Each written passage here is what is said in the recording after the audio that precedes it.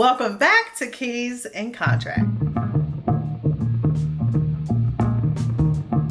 Welcome back to the channel. My name is Brianna Coleman. I'm a real estate professional in the great state of Maryland. I do all kind of real estate content on my channel. Today we're going to talk about some very, very important information that is related to that whole NAR lawsuit. If you've heard any of that, there are only a few changes, but it's going to affect real estate in a major way for buyers, sellers, and realtors. These changes are set to take place August 17th, 2024.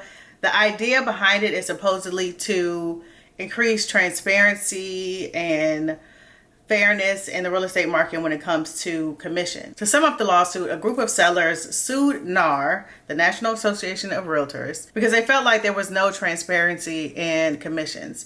And sellers feel like that. A lot of times they feel like if I have my agent, I should pay for my agent. I should not pay for both agents. And if I am paying for both agents, I should know that.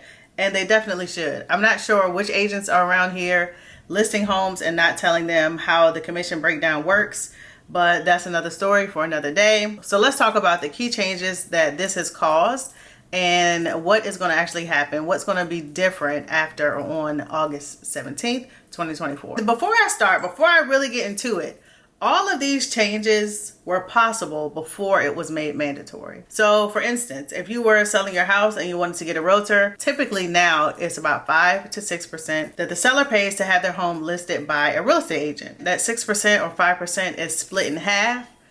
Fairly, it's split in half. Say you listed a house and you're charging the seller 6% commission, then you can split it 3-3. Some people split 3-4. 3-4, Lord. I mean, it just depends on the listing agent. They kind of present that to the sellers, but they should be presenting the full facts to the seller and how they're actually splitting up the commissions, because that can have an effect on how your house sells. Anyway, I'm kind of getting off topic a little bit, but it is some important information just so you kind of know more about how commissions work in real estate and so you know how it was and then how it's going to change now. Now, commissions for buyers are not going to be set by the listing agent or by anyone. Now what's going to happen is the commission to pay the buyer is going to be completely negotiated between the brokers, between the seller and the buyer, of how much the buyer's agent will get.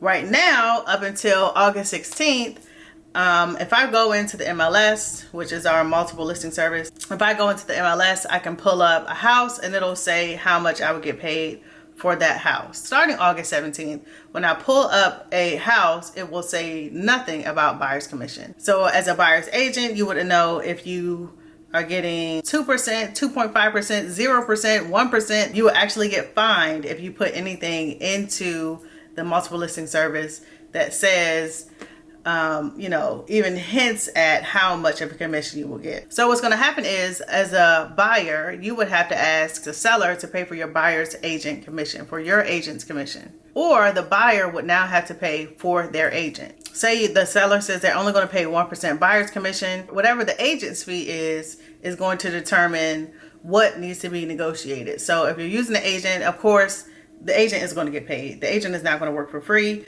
Nobody wants to work for free. Whatever the agent's fee is for representing the buyer, either the seller or the buyer or a combination of both, will have to come together to pay the buyer's agent. So in an ideal situation, the listing agent has already talked to the seller and told them if somebody brings a buyer, we have to pay that buyer.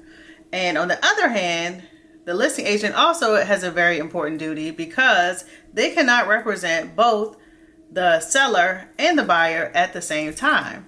So if you decide that you don't want to use a buyer's agent and you want to buy a home without an agent, which people have been doing that for years, it was already an option. So now the listing agent is responsible for handling an unrepresented buyer and also handling the seller. So as a buyer, you could possibly have an additional cost of paying your own agent. Now, of course, me and most other agents, I'm assuming, are going to fight to get the seller to pay it, just like it always is. Right now, we don't know how hard or how easy that's going to be. Of course, you have to make sure your realtor has some good negotiation skills and they're not going to just say, okay, you've got to pay it. because that's just not going to fly. So for me, I always fight for my buyers anyway, to get closing help, to get everything they can get, everything they can possibly get from the sellers when it comes to repairs, when it comes to any kind of thing that they can get from the seller.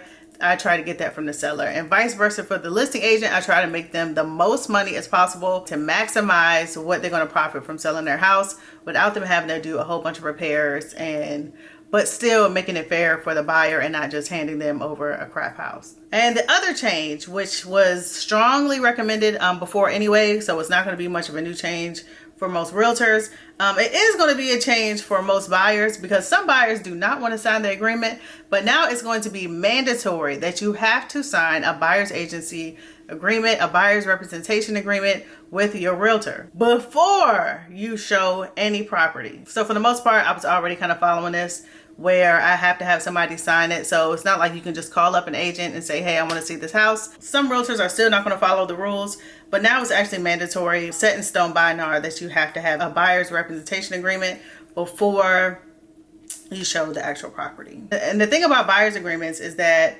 there's a timeline on there. So it's not like you're stuck. There's a way that you can get out of it. So I never really understood why people are so afraid to sign a buyer's agreement. Most of them, just by written notice, you can get out of that contract or out of that agreement with your realtor if you no longer want to work with them. And then say if you just want to see homes on the weekend and the realtor is fine with just doing, a few days of an agreement, but you do have to have something in place before you show a property. I do predict that some people will try to go at this alone and just not get a buyer's agent at all.